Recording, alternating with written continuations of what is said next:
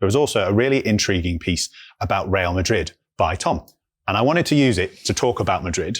Firstly, by talking about your piece, Tom, and then talking about Madrid and the consistent allure that they seem to have, which fascinates me in the modern game. But firstly, tell us a little bit about your piece that you wrote for the Sunday Times this weekend. Yeah, I mean, I wrote about Bellingham and Mourinho, basically, whether this is going to be a match made in heaven or a match made in hell. You know, I get two, very demanding, very sort of dominant, confident, and yes, confrontational personalities, and whether or not this is going to kind of bring the best out of each other or whether it's not, and I think it's going to be fascinating to see. And I sort of, look back over, Mourinho's career and talk to some people, around both and thought, there are sort of from both sides. Like you can sort of see how Mourinho, I think in his career, has really loved players like Bellingham, who sort of share his kind of elite mindset, who will basically go into battle with him and go all the way.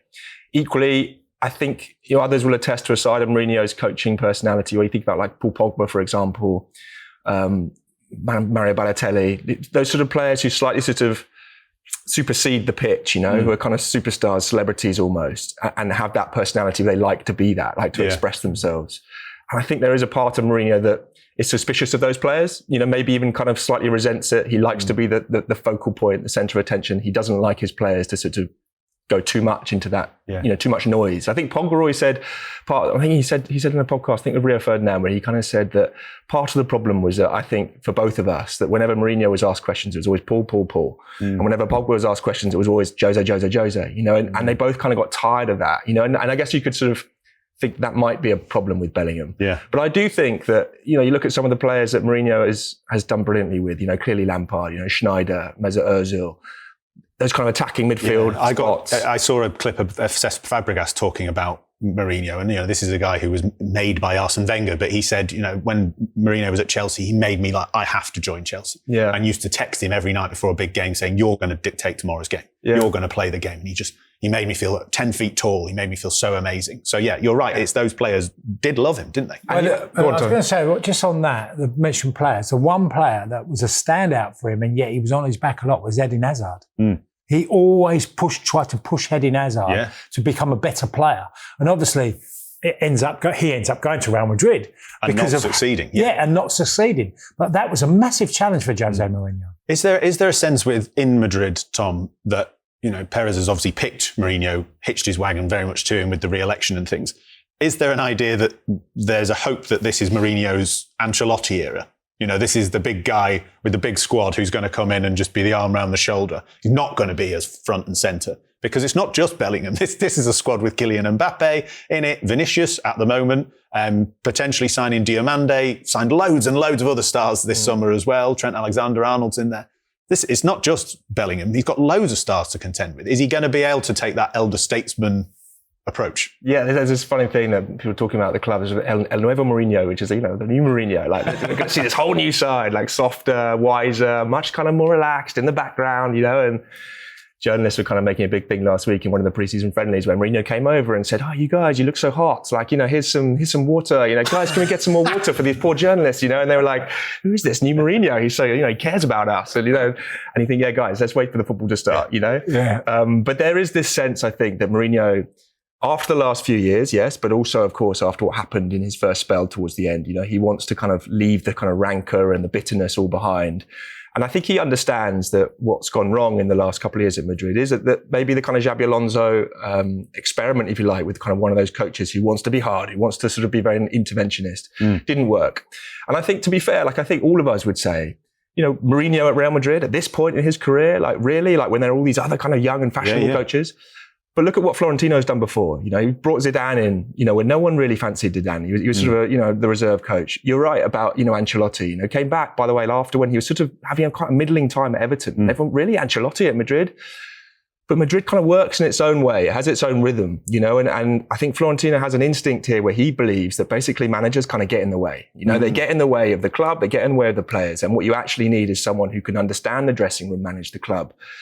And listen, Mourinho, he's not going to be someone who's going to sit back. But I think they're hoping he can sort of just bring back a little bit more of less coaching, more leadership. Yeah.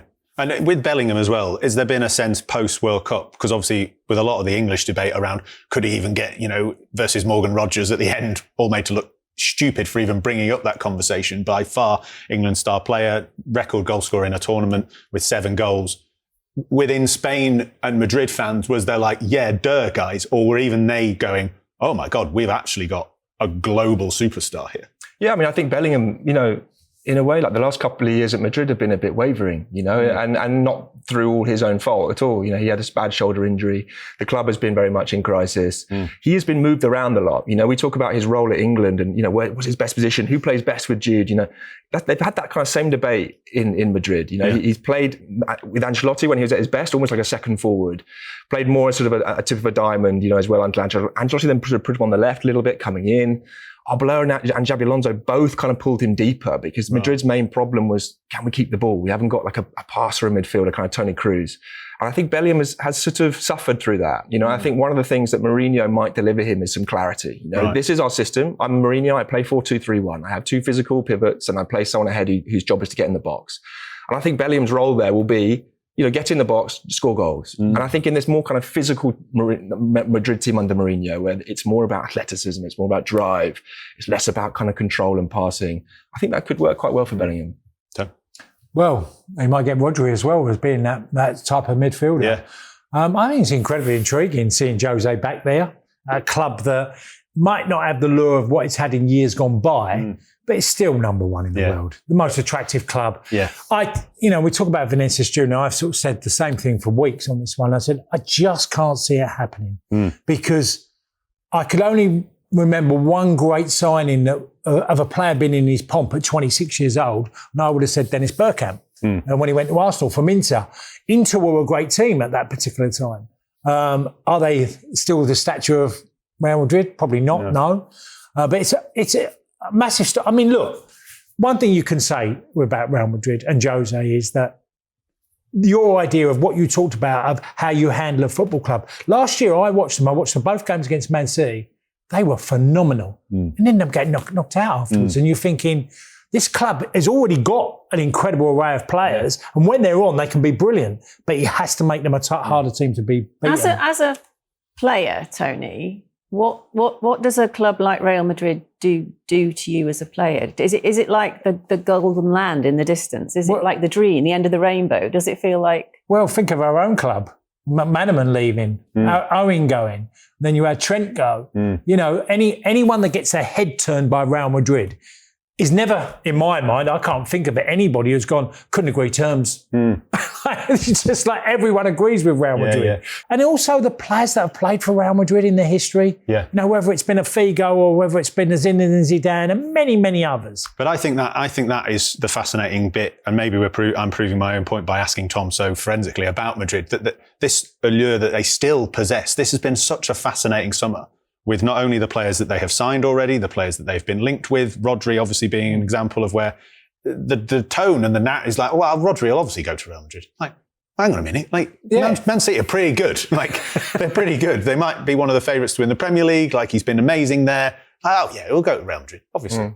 And the idea around Vinícius as well, this idea that, you'd never leave in your prime, as you said, Tony. And I agree with you. I can't think of many that leave Madrid as a star in their prime. Do they still have this allure? The idea that Vinícius wouldn't be thinking, okay, well, Arsenal are the Premier League champions. They got to the Champions League final. I would be the absolute star in that team. But you wouldn't be a Galactico. But why would you stop having that label? But would you want that label, though? In modern football these days, where footballers are so forensic in their own understanding of the game and their own interpretation and wanting to win, but also wanting to better themselves. It's still that Galactico idea, as you say. Is it just because the white kit's beautiful? I don't know. It does seem to still exist, though. I'll tell you what a great guest would be to have Gareth Bale sitting there. Yeah. He'd probably explain it in a moment. Well, that was the whole thing, wasn't it? The kind of idea, and I think he said it afterwards, you never leave Real Madrid. Once you're there, you never leave, or you certainly try to never leave. Tom, what do you think? You follow Spanish football. I think it's the guarantee of trophies. I think it's the Champions League history, the European Cup history. So the best players, they know that if you go to Real Madrid, you're probably going to be in 9 out of 10 semi-finals, for a decade, and that puts you in a position where you can win multiple European Cups, and there are lots of very good players who are playing for clubs like Liverpool or Chelsea or Man United, but they don't have the same guarantee. Real Madrid's record in that competition, I think, resonates with the best players. And, it's a nice place to live. It's sunny a lot. The beer is cheap. You sit down, they give you free olives with your coffee. Don't think footballers are worried about the free olives. I mean, it appeals to me, definitely. But yeah. So, I mean, there is that as well. It's the lifestyle, it's the culture, isn't it? But I think you're right. It's the history in it. I mean, and the one thing that on the sort of the reverse is that I think players who go there, they find they're not the star, right? And I think this is the thing with Vinícius, and there's a lot to play into this. You could do a whole podcast about Vinícius, but for the last, 3 or 4 years, he's had a tough time there. He's been a really good player, but he's obviously suffered with a horrendous amount of racist abuse. He's very much in the media all the time in Spain. We talk about Bellingham, maybe the one in the limelight with Mourinho. Well, actually, it's Vinícius. He's the guy who the press are always asking about. And I think he's a bit exhausted by it all. And you're thinking, well, he's not really the star player anymore because Mbappe is not only there in terms of his contract and in the team, but actually plays in his position, And for someone like Vinícius, I think the only time when the best players sort of think it's time to leave Real Madrid is when they want to go somewhere else to be the star, to be the center of attention. Look at, players who have gone to PSG, for example, in the past, not Real Madrid, but if you think about Neymar leaving Barcelona for a similar reason because of Messi and because he wanted to be the main man at PSG. But so do we not think Vinícius could do that with Arsenal? I think he could. I think for him, imagine Saka on the right, Vinícius on the left. Imagine changes so much. Saka on one side, Vinícius on the other. We could finally stop having the debate about Arsenal having a striker. It wouldn't matter, wouldn't it? I think you could lace up your boots. You'd score a hatful with those two either side of you. It'd be fantastic. Yeah, I think it could be a good move for Vinícius. I don't know financially. Obviously, it's a different thing. Do Arsenal want to blow up their wage structure and blow up what is a very sort of tight-knit dressing room? But I think it could be a very good move for him. You've got a team there that could be built around him in certain ways. I think we've all felt that in the last couple of years, Arsenal have needed a game changer. Someone in those kind of like nitty-gritty matches or, away at Fulham or something where you just need someone to deliver. Just gets the ball, boom, boom, top corner. Yeah. Which he did so often. He did it in the World Cup. And you're reminded every time you watch him, this guy is absolutely gold. He's amazing. Amazing in those moments. But it is true that Madrid, I think, have a knack of selling players at the right time. You look back over the recent history of all the players who have either left or retired. They tend to know when they've had their moment there, and do they go somewhere else and make them look silly? Not that often.